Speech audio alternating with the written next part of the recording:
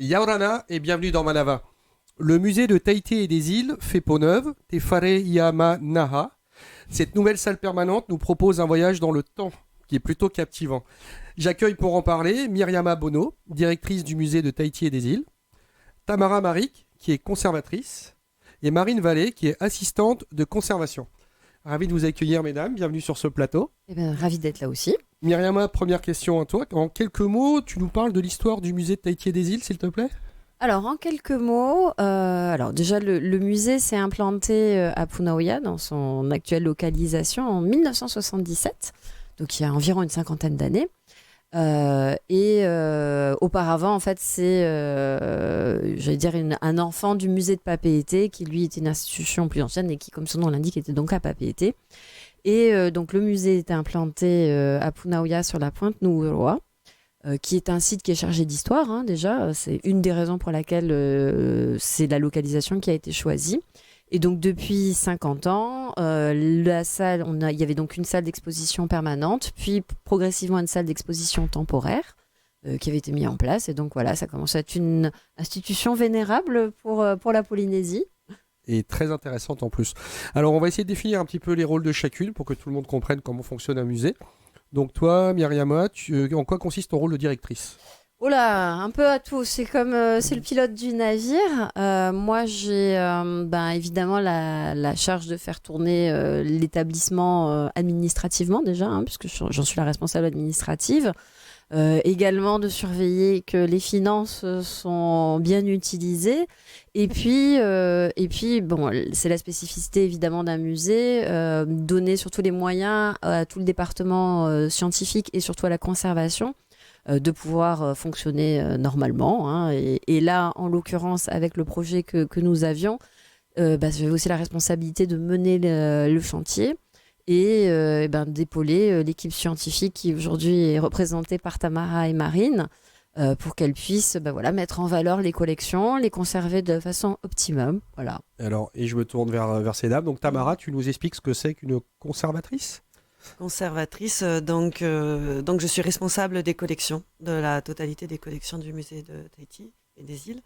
Et donc évidemment, je m'occupe de les préserver, de tout mettre en œuvre pour les préserver. Donc ça passe par tout ce qui est logistique, maintenance. Je suis également responsable de ça. Les restaurer, les étudier. Et les faire connaître au public. Donc évidemment, il y a aussi toute la partie, les expositions temporaires, l'exposition permanente. Et Marine, explique-nous en quoi consiste ton job en même temps aussi.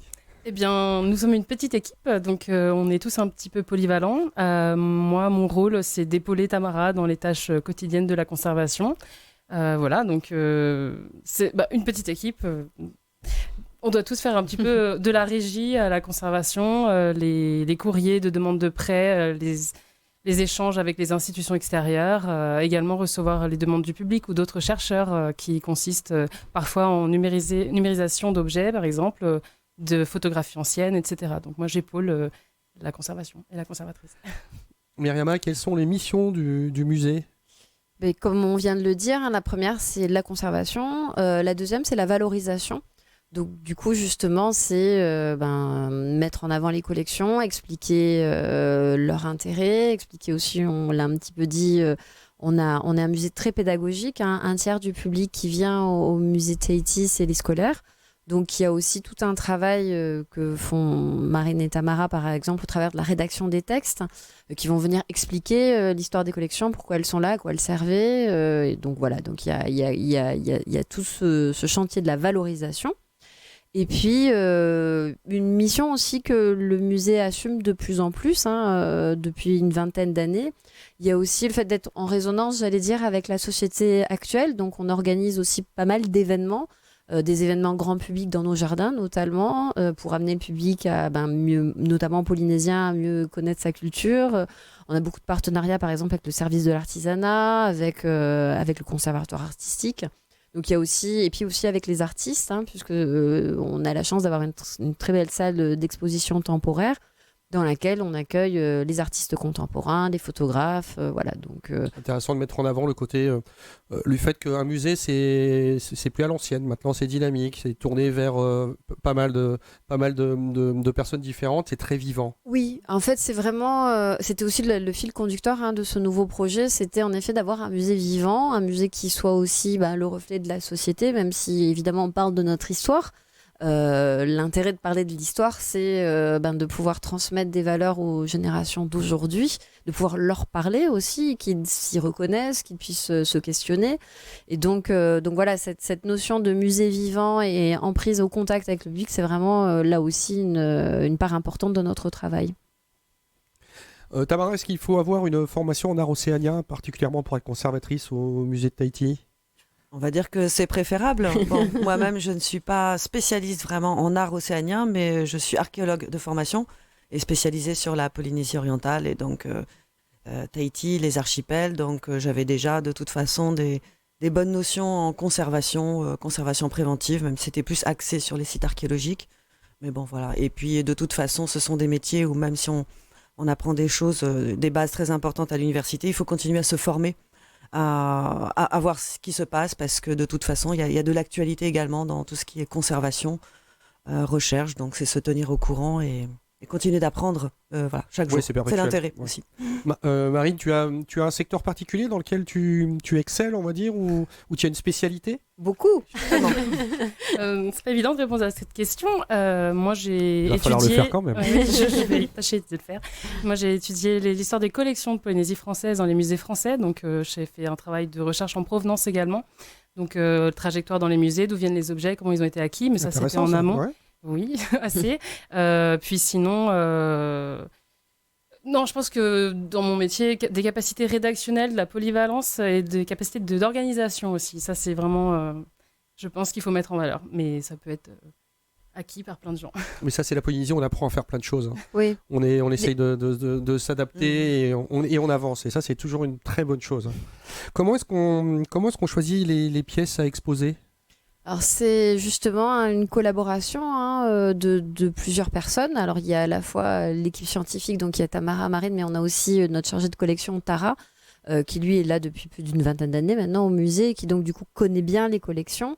On est un petit peu, j'allais dire, c'est un travail de collaboration, puisqu'il y a à la fois le fait de pouvoir prendre des pièces qui sont parlantes, qui sont aussi en bon état, pour lesquels on ne prend pas de risque de les exposer, et puis qui vont répondre aux différentes thématiques et aux discours. Donc il y a eu aussi un travail qui a été fait avec le scénographe, qui nous a accompagnés pendant toute la réalisation du projet, et qui va aussi, en fonction de un truc tout bête, du dimensionnement de la vitrine qu'on va avoir, forcément, l'objet qui va être choisi, il va dépendre aussi des contraintes de la salle en elle-même. Donc c'est vraiment un travail d'équipe, c'est beaucoup d'allers-retours.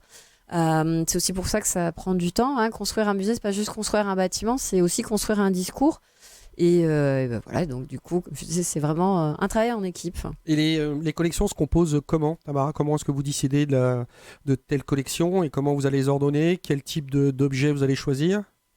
Alors, comme Myriama l'a expliqué, toute la partie le corpus de fond a été constitué par, on va dire, l'équipe qui était déjà présente. Moi-même, j'ai rejoint le musée en 2018 seulement. Mais ensuite, on a continué à travailler aussi sur ce corpus d'objets. Voilà, donc il y a la majorité des objets étaient déjà présents dans l'ancienne salle d'exposition permanente. Certains ont été retirés parce que de toute façon, il y en avait peut-être un peu trop aussi. On est passé de plus de 970 collections à environ 600 à 630 collections. Je compte également les prêts. Et donc, et certains ont pu aussi être remplacés parce qu'on a fait aussi des campagnes de restauration depuis 2018 avec des restaurateurs du patrimoine qui sont venus et qui nous ont permis de restaurer ou de rénover un peu, de consolider des collections et parfois aussi de se rendre compte qu'elles sont peut-être trop fragiles et qu'on va les exposer peut-être que pour une durée plus courte pour des expositions temporaires. Et justement, comment les œuvres, comment est-ce que vous pouvez acquérir les œuvres? Est-ce que vous allez les acheter? Est-ce qu'on vous les prête? Comment est-ce que ça fonctionne? Alors, les collections du musée sont constituées l'ancienne collection du musée de Papeete, il y en avait déjà beaucoup. Ensuite, il y a eu beaucoup d'acquisitions. Dès l'ouverture du musée, 1978, le territoire, avec également la direction des musées de France, a beaucoup investi pour des acquisitions vraiment majeures, très importantes, comme la collection Hooper. Et ensuite, il y a eu également beaucoup de dons, mais actuellement, par exemple, sur les objets qui sont dans la salle, on va avoir à peu près 600 objets. On va avoir environ 15 à 17 objets prêtés par des institutions. On va avoir, parmi les collections qui appartiennent au pays, en fait, c'est-à-dire donc à la Polynésie française et au musée Tahiti et des îles, c'est l'immense majorité. On va avoir 10% qui proviennent de dons. 10% de dons, entre 10 et 20% des collections, ce sont des particuliers qui ont fait des dons. Pour enrichir le musée. Enrichir le musée, voilà, mais souvent c'est plutôt des acquisitions. Et nous avons enfin les dépôts de collectionneurs ou de gens qui ont des collections chez eux. On les appelle les collections privées ou collections particulières, qui forment aussi à peu près 10% des collections qu'on présente au public. Très bien. Donc justement, dans cette lignée-là, comment est-ce que le musée est financé ? Alors le musée, dans son fonctionnement, est financé par le pays. On est un établissement public.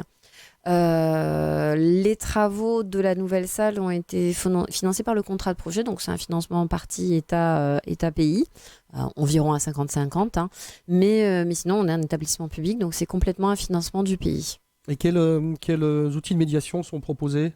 Alors là, dans la nouvelle salle, beaucoup de nouveaux outils de médiation. Comme je le disais, l'intérêt pour nous, c'était de pouvoir parler au jeune public polynésien. Et puis aussi parce que parfois, les images sont plus parlantes que de longs textes. Donc on a développé avec des cabinets spécialisés qui, en l'occurrence, sont métropolitains, pas mal d'outils. Donc on a à la fois des vidéos, des écrans tactiles, des projections, des audioguides, des audioguides également. Alors des audioguides en français, en anglais, en tahitien et en espagnol. D'ailleurs là, à quelques jours de l'ouverture, puisqu'on est dans la première semaine d'ouverture, on constate qu'il y a un très fort engouement de l'audioguide. J'ai même vu des gens qui sont sortis exprès pour aller chercher des audioguides en fait. Définitivement, moi quand j'ai découvert ça, l'audioguide, on est à la fois, on a les informations et on reste sur la pièce. Oui. Et c'est beaucoup plus intéressant. Alors le visuel, c'est vrai que la jeune génération adore ça, mais pour comprendre, l'audioguide reste pour moi le meilleur outil. Ah oui, non, c'est un outil qui est vraiment appréciable. Et puis c'est vrai que évidemment on l'a conçu pour faire en sorte que il soit pas indispensable, c'est-à-dire que les éléments sont sur les panneaux de texte, surtout les panneaux explicatifs, mais ça vient donner des éléments d'information complémentaires qu'on peut pas écrire en fait, parce que sinon ça serait trop long. Et du coup, c'est vrai que pour le visiteur, ça donne aussi un sentiment de proximité en fait, justement avec l'équipe scientifique qui a écrit ces textes et qui connaît bien les collections. Ce qui est intéressant, c'est qu'on s'attache à la voix dans l'audioguide. Vous avez remarqué ça ? C'est quand on se balade, quand on a fini d'être dans le musée, on a l'impression qu'on perd un copain. Parce qu'on l'a eu dans la tête pendant 1h30, 2 heures. Mais il y a des gens qui ont fait la remarque, parce que c'est un des agents du musée qui a fait la voix en tahitien. Et en fait, en sortant, ils ont reconnu sa voix et ont dit « mais c'est ta voix !» Et donc, il était très content. Comment, Marine, on parlait de plusieurs on va dire, types de visiteurs. Mais comment est-ce qu'on peut intéresser les jeunes générations et les motiver à venir au musée ? Ça va être le challenge de notre institution, mais je pense que le public jeune ou moins jeune est en demande. On l'a vu, les scolaires, il y a déjà des mesures qui sont prises en place, notamment avec des aides à la médiation et des programmes qui existaient et qui vont être renouvelés. Pour les jeunes publics, peut-être ados ou jeunes adultes, c'est là que l'enjeu se trouve. Mais par exemple, en termes de demande, je sais que les étudiants de l'Université de la Polynésie française sont en attente. Donc je pense qu'il y a une connexion à faire ici. Pas seulement dans des programmes scolaires ou des interventions au travers de leurs cours ou de leurs professeurs, mais vraiment peut-être des visites guidées typées avec thématiques ou certains événements, je ne sais pas, au Quai Branly, on fait des soirées électro-sieste dans les jardins. Oh là, Marine. Laisse l'art s'exprimer. Mais pourquoi pas ? Non, mais tout ça sous une surveillance bien sûr très, très forte de la conservation. Mais je pense qu'avec des visites thématiques et de la communication, ce qui est déjà le cas, on va renouer avec ce public. Donc on va essayer d'utiliser, vous allez essayer peut-être d'utiliser les fameux réseaux sociaux ? On est sur tous les réseaux sociaux, évidemment, mais c'est indispensable. Et c'est vrai que c'est indispensable, j'allais dire pour communiquer, mais aussi pour donner un sentiment de proximité. On parlait tout à l'heure c'est important qu'un public, que les gens se sentent en phase avec leur musée, que le musée les reflète et qu'ils sachent que c'est aussi leur maison et qu'ils sont les bienvenus. Donc c'est important d'être sur les réseaux sociaux pour ça, oui, je pense. Tamara, est-ce que pour attirer justement les jeunes publics, alors les étudiants, ils ont déjà une idée bien faite, ils savent ce qu'ils veulent, mais les plus jeunes, pré-ados, même les 8-10 ans, est-ce qu'on peut, on peut sélectionner des objets qui vont plus leur parler? Est-ce qu'on peut faire un circuit spécialement pour eux? D'ailleurs, c'est déjà en partie fait, hein, parce qu'on a une personne qui a rejoint l'équipe du musée, qui vient de la direction De la DG2E. DG2E, voilà. Direction des enseignements. Voilà, qui a commencé à travailler sur ses parcours en fonction des programmes scolaires de l'année et des différents âges et des différentes classes. Et de toute façon, c'est des choses qu'on va continuer à développer à l'avenir, bien entendu, au niveau des activités pédagogiques. Il y a aussi des ateliers, hein, qui pourront être faits sur la suite. Et puis, ça me parle beaucoup quand je vais visiter des expositions en France, les objets à toucher. C'est-à-dire qu'en fait, ces objets, vous allez voir dans l'exposition, parfois ils sont très proches. On ne peut pas les toucher, parce que sinon ça va les abîmer. Mais voilà, on pourrait aussi fournir des reproductions, des choses comme ça. Comprendre, être plus sensibles à ça. Ouais, ou des adultes aussi, adultes et plus tard aussi des personnes malvoyantes. Voilà, ça peut être vraiment des choses. Ce sont des idées comme ça, hein, que je donne, mais avec des parcours aussi bien particuliers. Je vous sens très productive en idée là. Voilà, et des parcours thématiques pour les enfants, des thèmes bien spécifiques qui vont intéresser. Peut-être aussi plus spectaculaires, on va dire, pour que ça les marque peut-être un peu plus. Enfin, le champ des possibles reste ouvert. Oui. Et cette nouvelle salle d'exposition, donc Tefare Hihamanaha. Tout à fait. Je vais pas oublier le nom cette fois-ci. Alors, elle consiste en quoi concrètement? Quel esprit vous avez voulu lui donner? Alors en fait, c'est un concept qui est complètement différent de celui de l'ancienne salle, hein, qui était en 4 pavillons. Là, on a une grande salle d'un seul tenant qui fait environ 1400 mètres carrés et qui est volontairement sans partition. Il n'y a pas une salle 1, une salle 2, une salle 3. En fait, c'est une grande salle d'un seul tenant avec des îlots et qui invite en fait le visiteur à parcourir ces îlots qui sont un peu les allégories de nos îles. Oui. Hein, et chacun, en fonction en fait, de sa sensibilité, de ce qui va l'intéresser lui plus particulièrement, ou d'objets qui vont interpeller son regard, va faire son propre parcours. Alors ça, c'est une conception très moderne en fait, hein, de réalisation de musée, qui est peut-être justement moins scolaire et qui va plus aller avec la sensibilité des personnes. Donc la plupart des gens aiment beaucoup, hein, ce type de parcours. Et aussi, l'autre point important de cette nouvelle salle, c'était de pouvoir avoir des aires qui vont être dédiées à chaque archipel. Ce qui n'était pas le cas dans l'ancienne salle. En fait, on avait un parcours thématique qui était global. Et là, par exemple, on va avoir... évidemment, il y a un parcours thématique global, parce que c'est aussi ce qui nous rassemble, j'allais dire. Hein, c'est les grandes thématiques de l'ensemble polynésien. Et puis, un parcours par archipel, où chacun va pouvoir retrouver les pièces qu'on connaît des marquises, mais on connaît moins en général parce que c'est moins visible, celui des Australes ou de la Société. Et donc là, on a à la fois toujours ce double regard de ce qui nous réunit et ce qui nous différencie. Et c'est vraiment la grande nouveauté en fait, du parcours. Hein. Donc l'idée, c'est de laisser le visiteur déambuler. On ne lui impose pas un circuit, ou il y a quand même un circuit qui est proposé? Est-ce qu'il a les deux options? Alors en fait, s'il suit les numéros des audioguides ou les numéros des parcours, il y a un circuit. Mais là, de la première semaine de mise en route, on va dire, on voit bien que les gens en fait déambulent, tournent, voilà. Oui. Et même du coup peuvent passer énormément de temps. Nous, le week-end, le premier week-end, on a des gens. Bon, alors c'est peut-être parce qu'ils étaient particulièrement passionnés, mais enfin, on a des gens qui sont restés 6 heures dans la salle quand même. Ce que je croyais, moi, pas humainement possible.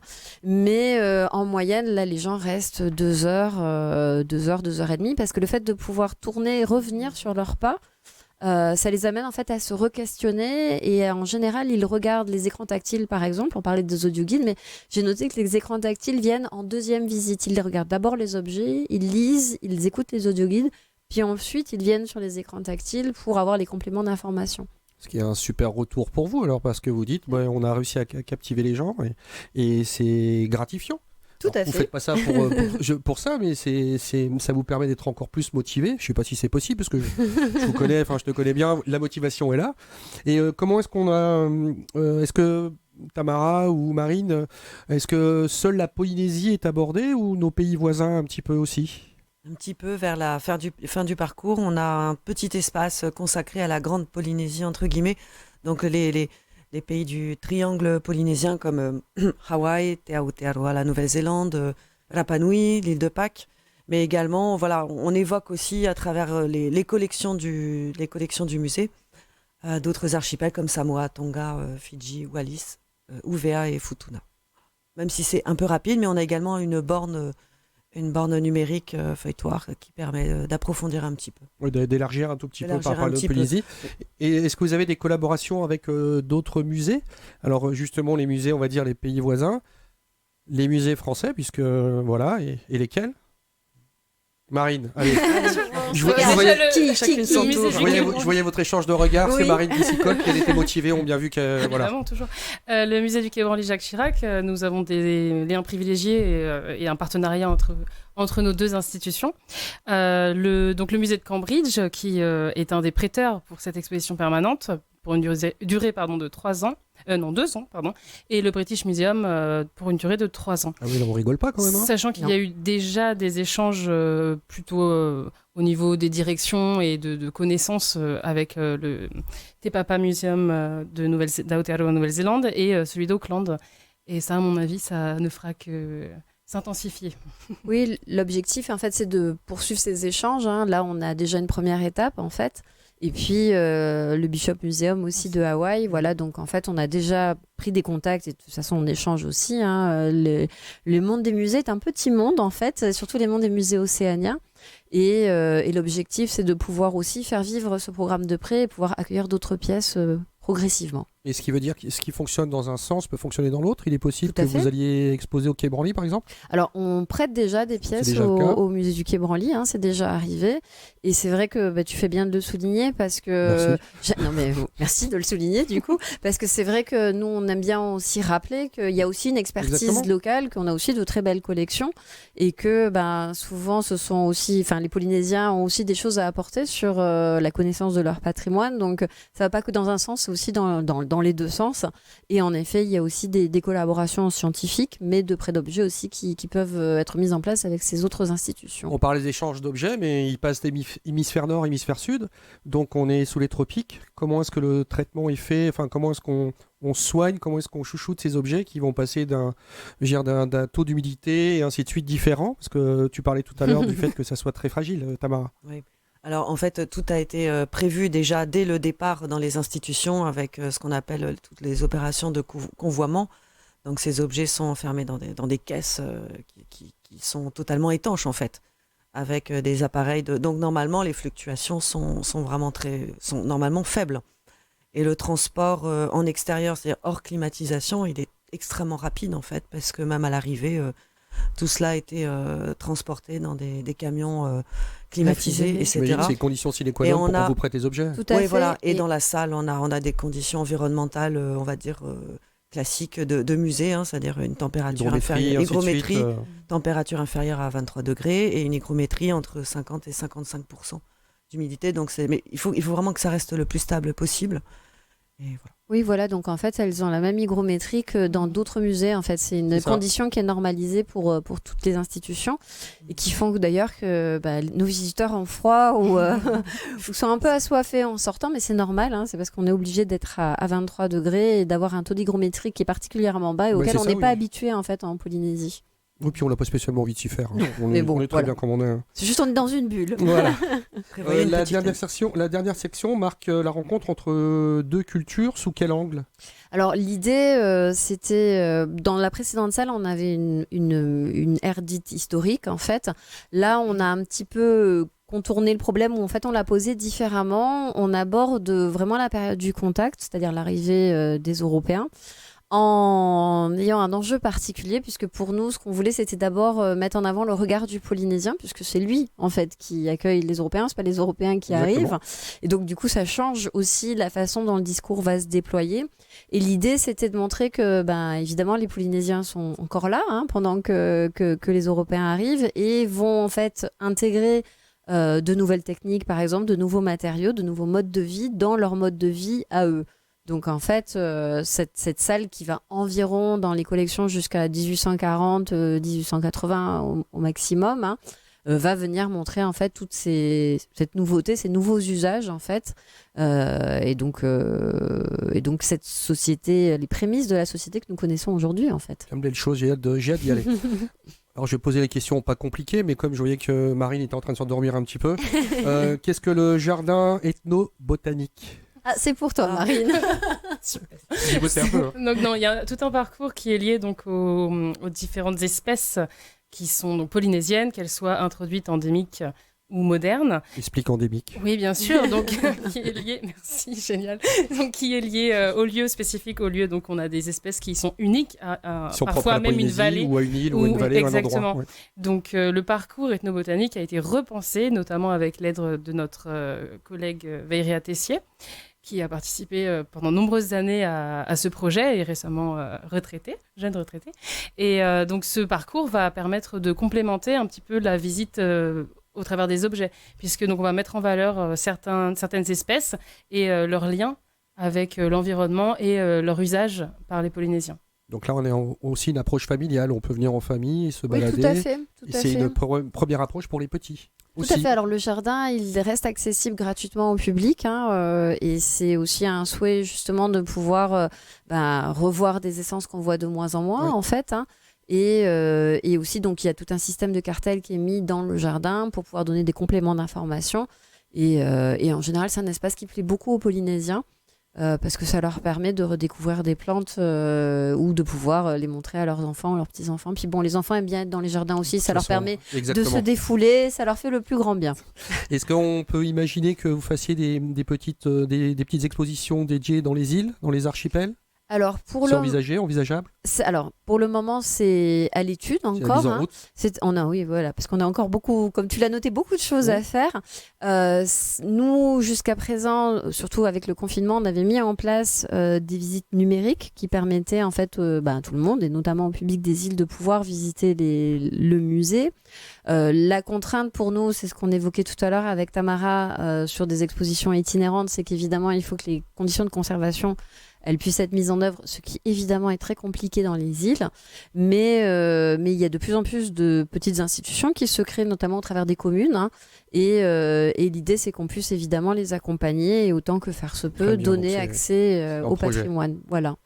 Je crois qu'on a fait un petit peu le tour. Merci mesdames, c'était un vrai plaisir de vous accueillir sur ce plateau. Et puis on a redécouvert le musée de Tahiti et des îles et on ira le visiter avec grand plaisir. On t'attend. Je vous souhaite un bon week-end avec TNTV et à lundi.